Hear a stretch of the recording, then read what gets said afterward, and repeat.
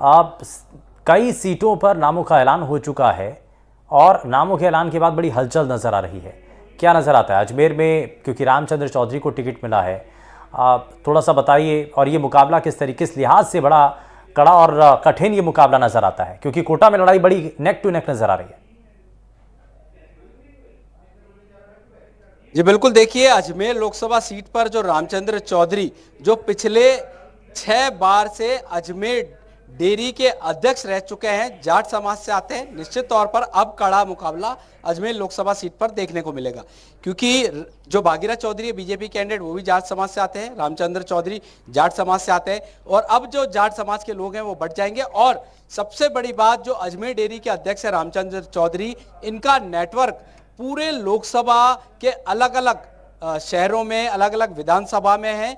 क्योंकि जो दूध से जुड़े हुए जो व्यापारी हैं, जो किसान हैं और दूध से जुड़े हुए जो लोग हैं, वो रामचंद्र चौधरी से सीधे संपर्क में है।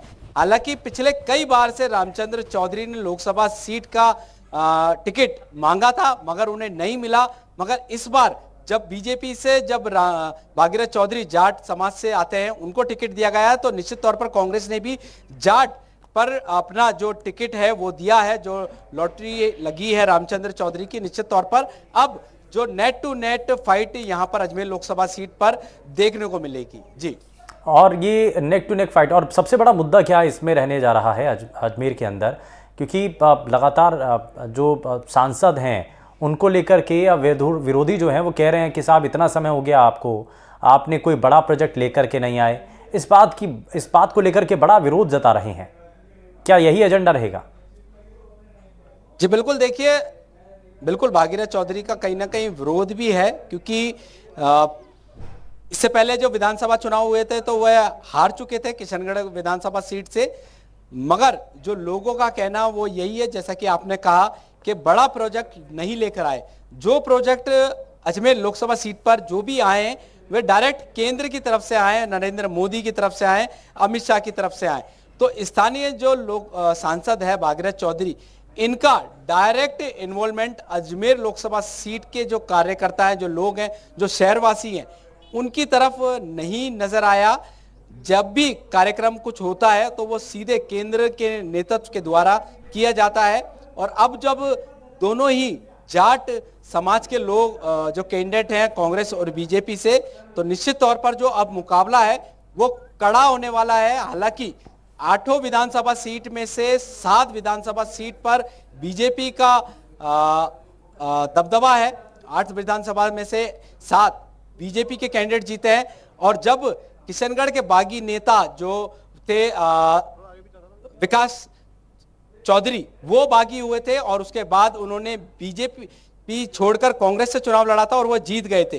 तो निश्चित तौर पर अब जब जाट समाज के दोनों ही कैंडिडेट हो गए तो निश्चित तौर पर अजमेर लोकसभा सीट पर नेट टू नेट फाइट होने वाली है। जी बिल्कुल, बड़ा ही कड़ा मुकाबला नजर आता है। मैं वापस से जरा कोटा लिए चलता हूँ। शाकिर हमारे साथ लगातार बने हुए हैं। आप शाकिर, एक चीज़ और बताइए, क्योंकि आमने सामने की लड़ाई है, तरकश में दोनों योद्धाओं के पास कितने थी, यानी कि एजेंडा क्या, बड़े मुद्दे क्या, और किसके आधार पर ये पूरा चुनाव? हालांकि आखिर में तो अलग ही वेव चलती है, अलग ही मुद्दे उठने लगते हैं, अंतर्राष्ट्रीय राष्ट्रीय मुद्दे उठा दिए जाते हैं, तो क्या, लेकिन ग्राउंड लेवल पर सबसे बड़े मुद्दे क्या नजर आते हैं? जी देखिए, क्योंकि बीजेपी यहाँ से लगातार जीतती आ रही है और बीजेपी ने जो है अब ये तीसरी बार जो है लोकसभा स्पीकर को प्रत्याशी बनाया है, तो जाहिर तौर पर जो है, और ओम बिरला जो है बड़ा चेहरा भी बन गए हैं, देश का बड़ा चेहरा भी ओम बिरला है। लेकिन जिस तरह से नाम की घोषणा की गई है उसके बाद प्रहलाद गुंजल जो है स्थानीय मुद्दों को उठा रहे हैं। बड़े मुद्दे की अगर हम बात करें स्थानीय की, तो यहाँ पर एयरपोर्ट का मुद्दा है। कोटा में हवाई सेवा जो है अब तक शुरू नहीं हो पाई है और प्रहलाद गुंजल ने अपने पहले ही भाषण में इस बात का जिक्र किया है कि कोटा में हवाई सेवा अब तक क्यों शुरू नहीं हो पाई। तो स्थानीय मुद्दों के साथ साथ जो है अभी, क्योंकि स्टार प्रचारक आएंगे, पीएम नरेंद्र मोदी भी आएंगे और हवा किस तरह की चलेगी ये देखना होगा। लेकिन नाम घोषित होने के बाद से मुकाबले को जो है कहा जा रहा है कि मुकाबला जो है चुनौतीपूर्ण होगा लोकसभा स्पीकर, क्योंकि अभी तक कोई चुनाव नहीं आ रहे हैं। 2003 में वो पहला विधानसभा का चुनाव जीते थे, उसके बाद से लगातार वो जीतते चले जा रहे हैं। 3 बार वो विधायक रहे हैं और तीसरी बार उनको यहाँ पर लोकसभा का टिकट दिया है और जीतने का अंतर भी उनका जो है लगातार बढ़ता चला जा रहा है। बहुत माइक्रो मैनेजमेंट उनका बूथ लेवल पर रहता है। कार्यकर्ताओं की लंबी फौज जो है लोकसभा स्पीकर ओम बिरला के पास है, लेकिन क्योंकि अब मुकाबला प्रहलाद गुंजल से है और प्रहलाद गुंजल कुछ दिन पहले तक भाजपा में थे, तो वो मैनेजमेंट जो है वो प्रहलाद गुंजल के पास भी है। अभी हाल ही में उन्होंने विधानसभा चुनाव जब लड़ा था तो जो कांग्रेस के दिग्गज नेता हैं शांति धारीवाल, उनको उन्होंने कड़ी टक्कर दी थी और नजदीकी मुकाबले में जाकर के वो करीब 2500 वोट से हारे थे। तो ये जो मुकाबला है ये रोचक होगा। आने वाले दिन में ये तस्वीर साफ होगी कि ये कोटा बूंदी का जो चुनाव है वो केंद्र के मुद्दों पर जा रहा है, देश के मुद्दों पर जा रहा है या स्थानीय मुद्दों पर ही दोनों नेताओं के बीच मुकाबला चलता जा रहा है। खास बात ये भी है क्योंकि गुर्जर समाज से आते हैं और बूंदी में जो अशोक चांदना है विधायक कांग्रेस के, वो भी जो है गुर्जर समाज से आते हैं। तो गुर्जर समाज के जो है मतदाता जो है अच्छी खासी तादाद में इस सीट पर हैं। कांग्रेस को कितना फायदा इसका मिल पाता है, अशोक चांदना बूंदी जिले की जो दोनों विधानसभा सीटें कांग्रेस ने जीत रखी है उस पर लोकसभा में किस तरह की परफॉर्मेंस दे पाते हैं, क्योंकि लोकसभा और विधानसभा के चुनाव में पिछली बार भी हमने देखा था कि कांग्रेस की सरकार आ गई थी लेकिन 25 की 25 सीटें जो है बीजेपी ने जीत ली थी। तो ये जो मुकाबला है ये यहाँ पर स्थानीय मुद्दों पर रहता है या फिर जो है हवा जो चलेगी, पीएम मोदी के जो दौरे होंगे, केंद्रीय नेताओं के जो दौरे होंगे और कांग्रेस के नेताओं के जो दौरे होंगे, उसके बाद किस तरह का माहौल बनता है ये देखना दिलचस्प होगा। लेकिन फिलहाल जो है प्रहलाद गुंजल का नाम चर्चाओं में आने के बाद और अब प्रत्याशी घोषित किए जाने के बाद मुकाबला जो है रोचक बताया जा रहा है। यानी कि ये तो नज़र आ रहा है कि हर एक सीट को लेकर के कांग्रेस पार्टी ने बड़ा मंथन किया है और जो उम्मीदवार के नाम का चयन है वो बड़ा सोच समझ करके विचार करने के बाद ही लिया गया। वापस से ज़रा पवन अटारिया के पास चलते हैं। पवन, एक चीज़ और भी नज़र आ रही है क्योंकि इसमें कई फैक्टर हैं जो कि चुनाव के समय में असर डालते हैं।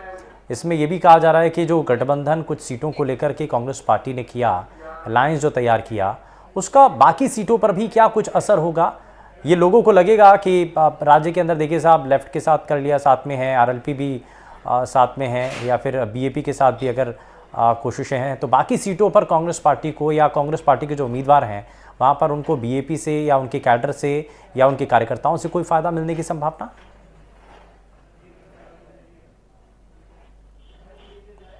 पवन, लगता है शायद संपर्क टूट गया है। राजनीतिक विश्लेषक हेमंत भाई गोयल हमारे साथ जुड़ चुके हैं। हेमंत जी, बहुत स्वागत है आपका एनडीटीवी राजस्थान पर। 5 सीटें आज ऐलान कर दी गई कांग्रेस पार्टी की तरफ से, 4 राजस्थान से, यानी कि पूरा फोकस राजस्थान पर ही है। और होली के मौके पर जब कांग्रेस पार्टी ने लिस्ट जारी की है तो नज़र आता है कि संजीदगी बहुत ज़्यादा है। हर एक सीट पर बड़ा फोकस किया गया, लेकिन एक बड़ा प्रत्याशित नाम था प्रहलाद गुंजल का, पहले से चर्चा में चल रहा था। वापस अब उनको कांग्रेस पार्टी ने क्योंकि टिकट दे दिया है, तय हो चुका है कि अब वो मैदान में है। आपको कुछ लग रहा है कुछ अलग सा नाम, या आपको लगा कि यहाँ से अब बड़ा कड़ा बड़ा रोचक मुकाबला होगा, या कहीं पर थोड़ा सा ढील दे दी? क्या आपको नजर आ रहा है? देखिए, कोटा की बात करें तो कोटा में प्रहलाद गुंजल को कांग्रेस ने अपना प्रत्याशी घोषित किया है, जबकि शांति धारीवाल ये बिल्कुल नहीं चाहते थे कि प्रहलाद गुंजल कांग्रेस में शामिल हो।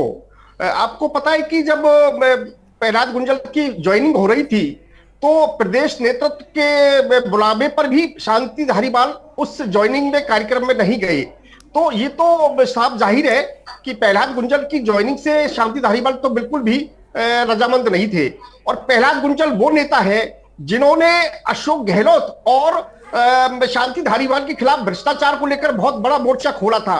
विधानसभा चुनावों से पहले उन्होंने चंबल रिवर फ्रंट को लेकर एक बहुत बड़ा इशू तैयार किया था और पूरी सरकार जब चंबल रिवर फ्रंट के उद्घाटन के समारोह में, लोकार्पण समारोह में कोटा आने वाली थी तो केवल प्रहलाद गुंजल की विरोध की वजह से अशोक गहलोत को ऐन वक्त पर अपना प्रोग्राम कैंसिल करना पड़ा था। तो आप ये मान के चलिए कि कोटा में प्रहलाद गुंजल के प्रत्याशी बनने से कांग्रेस बड़ी दुविधा में हो गई है और मुझे नहीं लगता कि ओम बिरला के सामने प्रहलाद गुंजल कोई चुनौती बन पाएंगे, क्योंकि ओम बिरला जिस तरह से जनता के साथ सीधा कनेक्ट रखते हैं, हर सुख दुख की घड़ी में ओम बिरला हमेशा अपने क्षेत्र के लोगों के साथ खड़े देखते हैं। उस स्थिति में मुझे बिल्कुल नहीं लगता कि प्रहलाद गुंजल एक चीज हेमंत जी ये भी है कि दे पाएंगे। एक समय तक प्रहलाद गुंजल भ्रष्टाचार का बड़ा आपने वाजिब सा पॉइंट भी उठाया था और जो पूरा जो कॉरिडोर तैयार किया गया था उसको लेकर के रिवर साइड पर बड़े भ्रष्टाचार का मामला सामने आया था और ये कह भी दिया गया था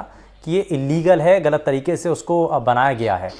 तो क्या कांग्रेस पार्टी के कार्यकर्ता ये सोचेंगे कि कल तक जो आदमी, आज उनका जो उम्मीदवार है कांग्रेस पार्टी का, कल तक आपके ऊपर ही भ्रष्टाचार के आरोप लगा रहा था, पार्टी के ऊपर आरोप लगा रहा था, एलिगेशन लगा रहा था, आज उसके लिए वो वोट मांगेंगे क्या? बिल्कुल, मैंने आपको यही निवेदन किया कि ये बहुत पुरानी बात नहीं है। हाँ। ये बहुत ताजा बात है। अभी विधानसभा चुनावों के एन वक्त की बात है जब प्रहलाद गुंजल ने इस भ्रष्टाचार के इशू को बहुत हाईलाइट किया था और सीधे सीधे उनको भ्रष्टाचार के आरोप में खड़ा किया था शांति धारीवाल और अशोक गहलोत को। अब इसी तरह आप मान लीजिए ना, नागौर पे सीट पर कांग्रेस ने हनुमान बेनीवाल के साथ गठबंधन किया है और हनुमान बेनीवाल वो व्यक्ति है जिन्होंने कांग्रेस की आला कमान तक को कटघरे में खड़ा किया, आला कमान पर गंभीर आरोप लगाए। और अशोक गहलोत को तो वो हमेशा पानी पी पी कर उन्होंने कोसा गाली बकी और हमेशा उनके खिलाफ खड़ा किया। लेकिन आज फिर ऐसे क्या मजबूरी कांग्रेस के सामने आ पड़ी कि उन्होंने आरएलपी के साथ नागौर में गठबंधन किया? वो खुद अपने प्रत्याशी खड़ा कर सकते थे। तो ये कांग्रेस की बहुत कमजोर रणनीति है। जिन जगह पर कांग्रेस खुद मजबूत थी वहां पर कांग्रेस ने अपने प्रत्याशी नहीं उतारे, उन्होंने गठबंधन को वो सीट दे दी। सीकर आप लेकर चलिए, सीकर उन्होंने सीपीएम को गठबंधन में दे दी, जबकि वो सीपीएम जो वायनाड में उनके आला कमान राहुल गांधी के खिलाफ उन्होंने अपने प्रत्याशी घोषित कर रखा है और वहां आप ये सीकर में अमराराम को इस सीट देते हैं, जबकि अमराराम को तो 2019 के चुनावों में महज 31-32 हजार वोट मिले थे, लेकिन वहां पर उन्होंने अमराराम को सीट दे दी। तो कांग्रेस बहुत कमजोर रणनीति के तहत काम कर रही है। गोविंद डोटासरा का गृह क्षेत्र है सीकर, वहां वो खुद खड़े हो सकते थे। कोटा में शांति धारीवाल हो सकते थे, लेकिन तमाम लोगों ने ये भी है ना, शुरुआत में जिस बात को लेकर के कहा जा रहा था कि जो बड़े चेहरे हैं कांग्रेस पार्टी के अंदर वो चुनाव लड़ना नहीं चाह रहे हैं, वो बच रहे हैं, तो क्या उसी के तहत, क्योंकि बड़े चेहरे अभी भी ये जैसे अब अशोक गहलोत हैं वो खुल करके मैदान में नहीं आए, उन्होंने कहा कि ठीक है जी उनके बेटे वैभव गहलोत को चुनाव में उतार दिया जाए, सचिन पायलट को नहीं उतारा मैदान में, उम्मीद थी कि शायद उनको इस्पात टोंक से उतार दिया जाएगा लेकिन उनको भी नहीं उतारा। तो तरकश के जो बड़े तीन हैं वो सिर्फ इस बात के अंदेशे में हैं कि कहीं ऐसा ना हो कि चुनाव में हार हो जाए या किसी तरीके से नुकसान हो गया, एक अलग वेव चलने लगी। देखिए कांग्रेस तो चुनाव लड़ने से पहले ही एक तरह से पराजय स्वीकार कर चुकी है। अशोक गहलोत राजस्थान के 3 बार के मुख्यमंत्री रहे हैं, केंद्र में मंत्री रहे हैं, जोधपुर उनका गृह जिला है, उनकी जन्मभूमि है, उनकी कर्म भूमि है, और वहां से वो अपने बेटे वैभव गहलोत को एक एमएलए तक का चुनाव नहीं जिता पाए। और अब पराजय के डर से, पराजय तो जालौर सिरोही में भी होगी, लेकिन अगर कितनी बड़ी पराजय उनको दिख रही होगी जोधपुर में कि उनको यहां से रण छोड़, लेकिन वो कैंप लगाए बैठे हैं सर, ये एफर्ट में कोई कमी नहीं है। अशोक गहलोत जो हैं वो हर दिन वहां जाते हैं, देर रात तक रुकते हैं, वहां पर कैंप करते हैं, लोगों से मुलाकात कर रहे हैं, पूरी रणनीति समझ रहे हैं, तो एफर्ट में कोई कमी नहीं है। नहीं, देखिए ना कि अशोक गहलोत जो कांग्रेस के स्टार प्रचारक है, कांग्रेस के राष्ट्रीय नेता है, वो अशोक गहलोत अपने पुत्र वो में इतने व्याकुल हो गए हैं कि उनको केवल इस समय जालौर सिरोही की सीट नजर आ रही है। वो अपने बेटे के लिए भावनात्मक अपील कर रहे हैं, वो कह रहे हैं कि मैंने बेटा आपको सौंप दिया, अब आपको देखना है। और हालत ये है कि जालौर सिरोही में वैभव गहलोत के खिलाफ स्थानीय जो नेता है वो उठ सामने आ गए, बगावत के सुर उनके आ गए। जालौर सिरोही के जो जिला उपाध्यक्ष है लाल सिंह राठौड़, उनको बीएसपी ने टिकट दे दिया, वो बीएसपी से टिकट लेकर और वैभव गहलोत के सामने चुनाव में खड़े हो गए, जबकि उनको जयपुर में अशोक गहलोत ने बुलाया लेकिन वो मानने को तैयार नहीं थे। अशोक गहलोत अपने बेटे के लिए चेन्नई जा रहे हैं, मुंबई जा रहे हैं, वहां प्रवासी राजस्थानियों से वोट मांगने के लिए। तो इस तरह से वो व्याकुल हो रहे हैं अपने बेटे की दुकान स्थापित करने के लिए, अपने बेटे को राजनीति में स्थापित करने के लिए। ये बहुत दुर्भाग्यपूर्ण है। अच्छा, एक सीट को लेकर के और चर्चा कर लेते हैं सर। ये अजमेर सीट पर भी आज कांग्रेस पार्टी की तरफ से नाम का ऐलान हुआ, रामचंद्र चौधरी को कांग्रेस पार्टी ने चुनावी मैदान में उतार दिया। तो यानी कि सीट पर चौधरी वर्सेस चौधरी का ये मुकाबला, आपको लग रहा है कि पलड़ा किधर भारी ज्यादा नजर आता है?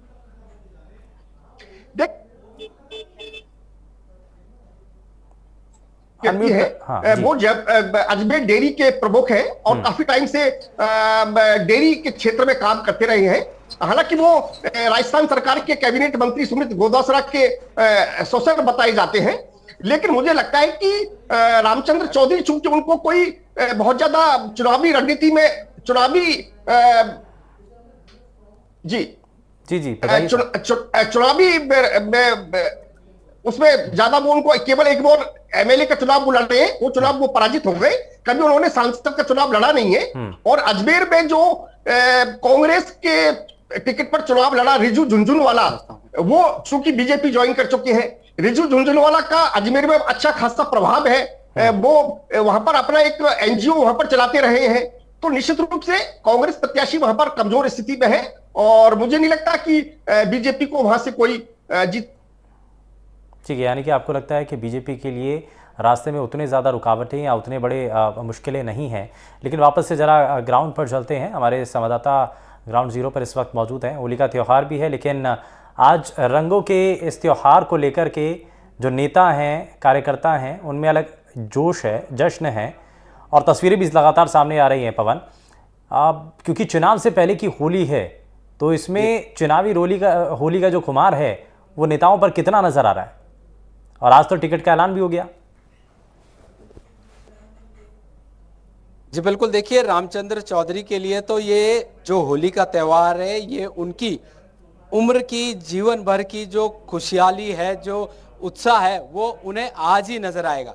हालांकि वे 6 बार अजमेर डेयरी के अध्यक्ष रह चुके हैं, मगर उनकी जो उम्र भर की जो राजनीति है, कांग्रेस से जुड़े हुए हैं। हालांकि उन्होंने पहले सचिन पायलट का काफी विरोध किया था, जब सचिन पायलट सांसद का चुनाव अजमेर से लड़ रहे थे। हालांकि उनका विरोध दरकिनार किया गया था और वे सचिन पायलट अजमेर से सांसद का चुनाव लड़े थे और वे जीते भी थे। तो अब ऐसे में रामचंद्र चौधरी को चुनाव लोकसभा का कैंडिडेट घोषित कर दिया है, तो निश्चित तौर पर उनके लिए तो काफी अच्छी रहने वाली है होली। आधा दिन बीत गया है। नहीं, लेकिन ये चुनाव में जब तब्दील होगी, ये जब नतीजे सामने आएंगे, तो किसके लिए कितनी अच्छी होली और ये जो समय है वो कितना नज़र आएगा, वो खैर देखने वाली बात होगी। लेकिन हेमंत जी, कुछ और सीटों पर, क्योंकि इससे पहले भी प्रताप सिंह खाचरियावास को चुनावी मैदान में उतारना ये खास रणनीति के तहत था। टिकट में बदलाव कर दिया जाता है, प्रताप सिंह खाचरियावास को वापस से चुनाव लड़ाने के लिए तैयारी की जाती है। क्या अचानक से सब कुछ फेरबदल किया गया या कुछ सोचा समझा, कुछ लगा कि शायद गलती हो गई, इसलिए प्रताप सिंह खाचरियावास को उतार दिया? हेमंत जी। नहीं, देखिए मैं ये मान के चलता हूं कि जयपुर में कांग्रेस ने जो टिकट की अदला बदली की है, मतलब प्रताप सिंह को चुनाव में उतारा है। अगर प्रताप सिंह को पहले चुनाव में उतारा होता तो शायद बेहतर होता। हम तो बार बार ये बात कहते रहे थे कि बड़े नेताओं को चुनाव मैदान में आना चाहिए, लेकिन पहले सुनील शर्मा को इन्होंने टिकट दे दिया। सुनील शर्मा वो व्यक्ति है जो कांग्रेस के सुरेश शर्मा, उनके बड़े भाई, जो इस समय अब दुनिया में नहीं है, वो कांग्रेस के जिलाध्यक्ष रहे हैं और अच्छा ब्राह्मण फेस वो जयपुर में माने जाते हैं। सुरेश शर्मा सीधे राजनीति में तो नहीं है, लेकिन वो एक शिक्षाविद है, एक निजी यूनिवर्सिटी वो चलाते हैं।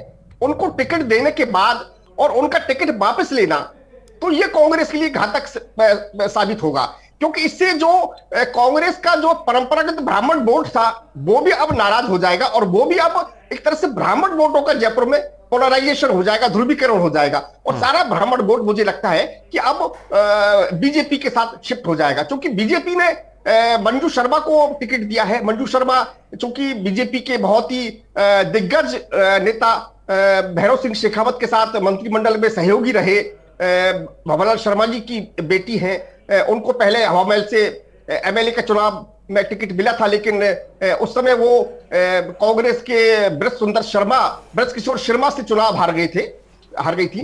तो अब निश्चित रूप से प्रताप सिंह खाचरियावास मंजू शर्मा के सामने कोई सशक्त उम्मीदवार साबित नहीं हो पाएंगे, क्योंकि ब्राह्मण वर्ग पूरी तरह से आपको नाराज दिखता हुआ नजर आएगा जयपुर में।